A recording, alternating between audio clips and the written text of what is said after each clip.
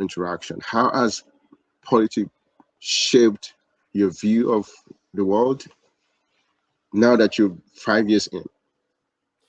Yeah, one thing I've learned, especially in DC last year, Trump was reelected, and because DC's not a state in our relationship with the federal government, we're a lot more prone to attacks, right? We had a Black Lives Matter plaza ripped up. We had our budget slashed and frozen by Congress. We've had laws overturned, and more recently, we had a National Guard and ICE deployment in DC, and we're still occupied 6, 7 months later.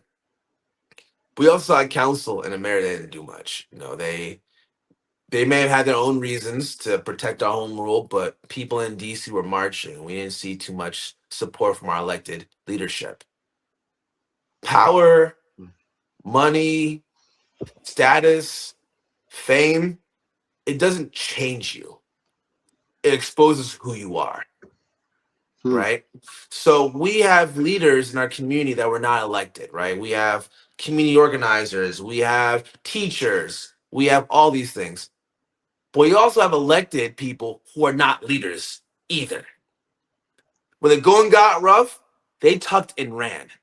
They Hmm. tweeted when my neighbors, when many of them Latinos, some of them Africans, who may have been citizens or not citizens, were getting grabbed by ICE.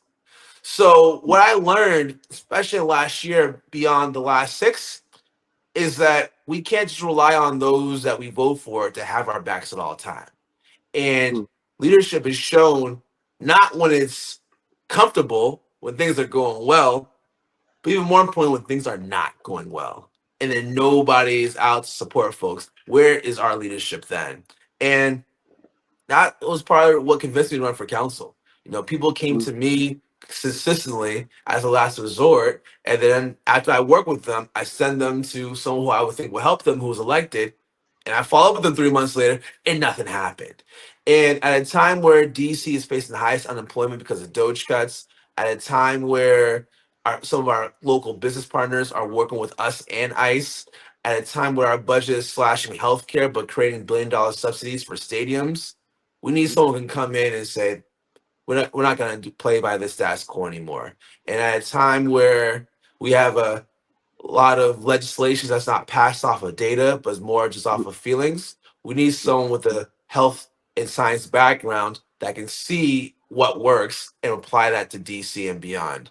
Because we are the nation's capital and we are the richest country in the world, but there's too many income and economic disparities between communities. And my time in politics shows that we are ready for this, but we're also trying to get other good people involved as well. Because my goal is to be in office for a few terms, maybe, and get the next generation up. I don't want to run when I'm 80 years old talking about I have great experience and try to be that one that holds the door closed for the next generation. I want to bring the right generation into office and then see to that my job is done and just support people from the back.